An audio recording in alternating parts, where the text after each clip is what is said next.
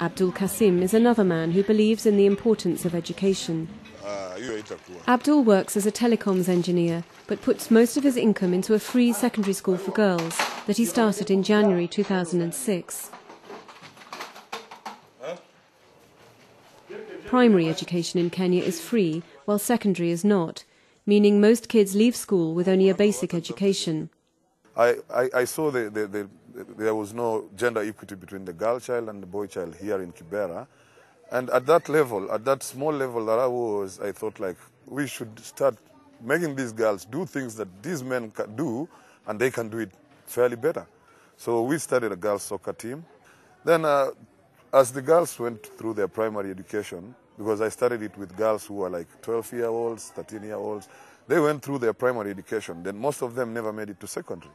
Then all the challenges, the bad things that happened within Kibera, saw some of them getting into early marriages, others just got pregnant. There was a time I lost like the entire striking force of my soccer team, and it brought into question the starting of another alternative, which was nothing but education. The school operates on a shoestring and relies entirely on the goodwill of Abdul and a few of his friends. A donation just in means that Abdul can finally start work on the next classroom.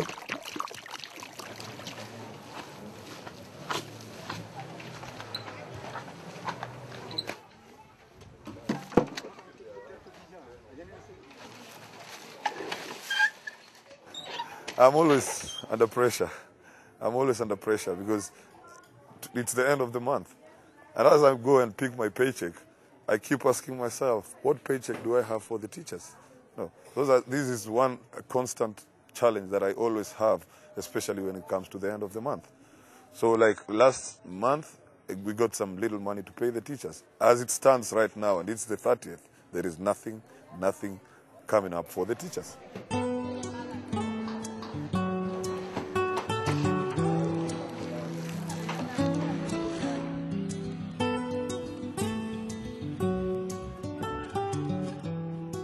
"17-year-old Christina is just one of 48 pupils at Abdul's school, but her story is typical. She lives with her mother, father and 5 siblings in a one-room shack. Her parents' relationship is fraught, and Christina is often left alone in charge of the house. When she finished primary school, her father refused to send her to secondary school. Educating girls, he told her, is a waste of money. Staying at Abdul's school, even though it's free, is a constant battle.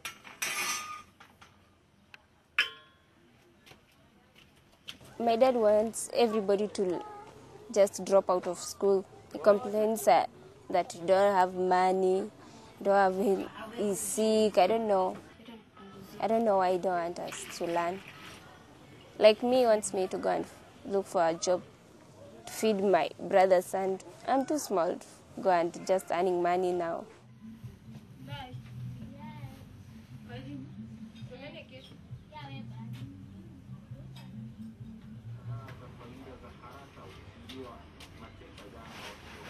Against her father's wishes, Christina sets off for class, knowing that Abdul's school is probably her last chance of a better life.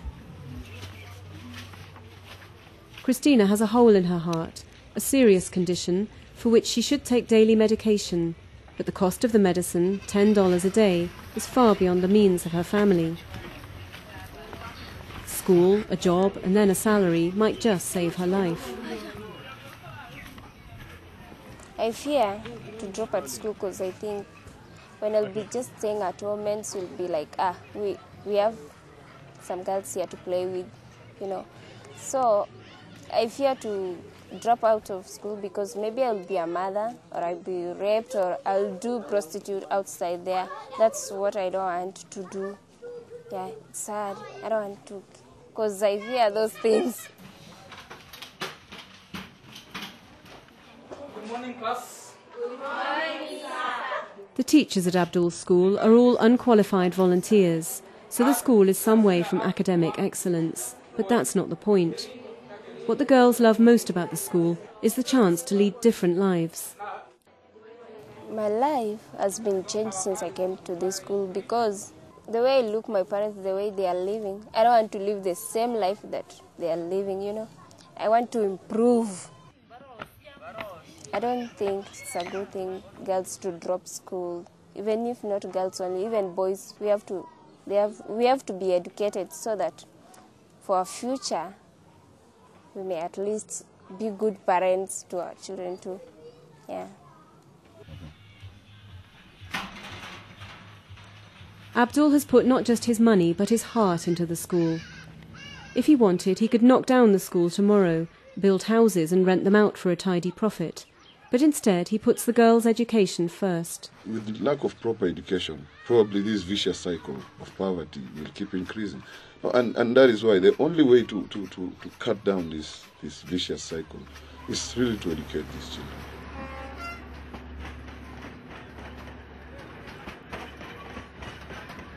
Education is only replacing an empty mind with an open mind. Just need to make their minds open and show them that there are so many alternatives out there. There are so many opportunities out there. There are so many better ways of doing things out there. Abdul could leave Kibera tomorrow if he wanted, but he thinks running away is not the answer. The problems of the urban poor, he says, are everybody's problems.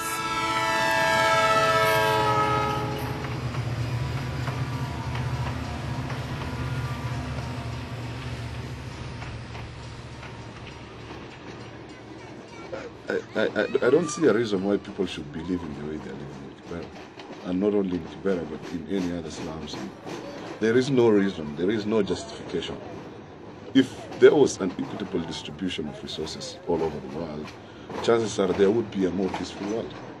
Because this inequality is mostly what brings a lot around hatred. That's, as I was speaking about Kibera, if this issue cannot really be handled, at some time, this problem is going to come knocking on people's door. And those who think that it's not their problem, they might be surprised one day when the problem comes knocking on their doors.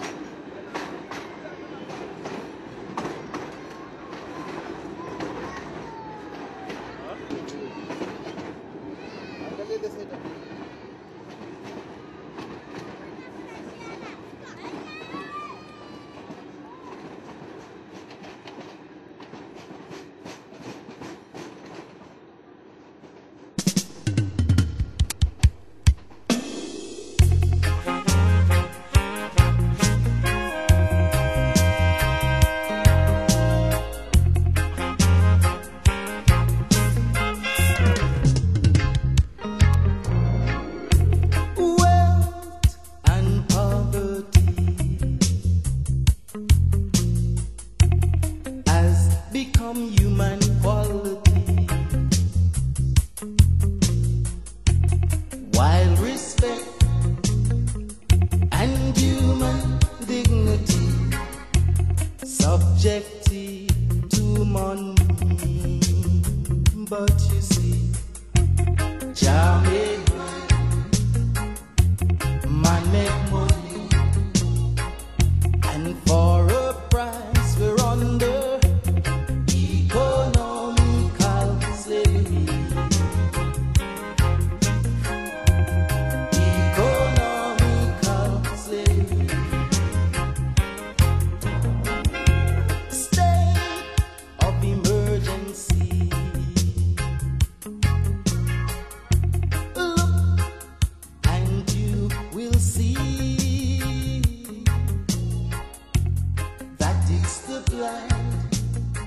leading the blind into captivity.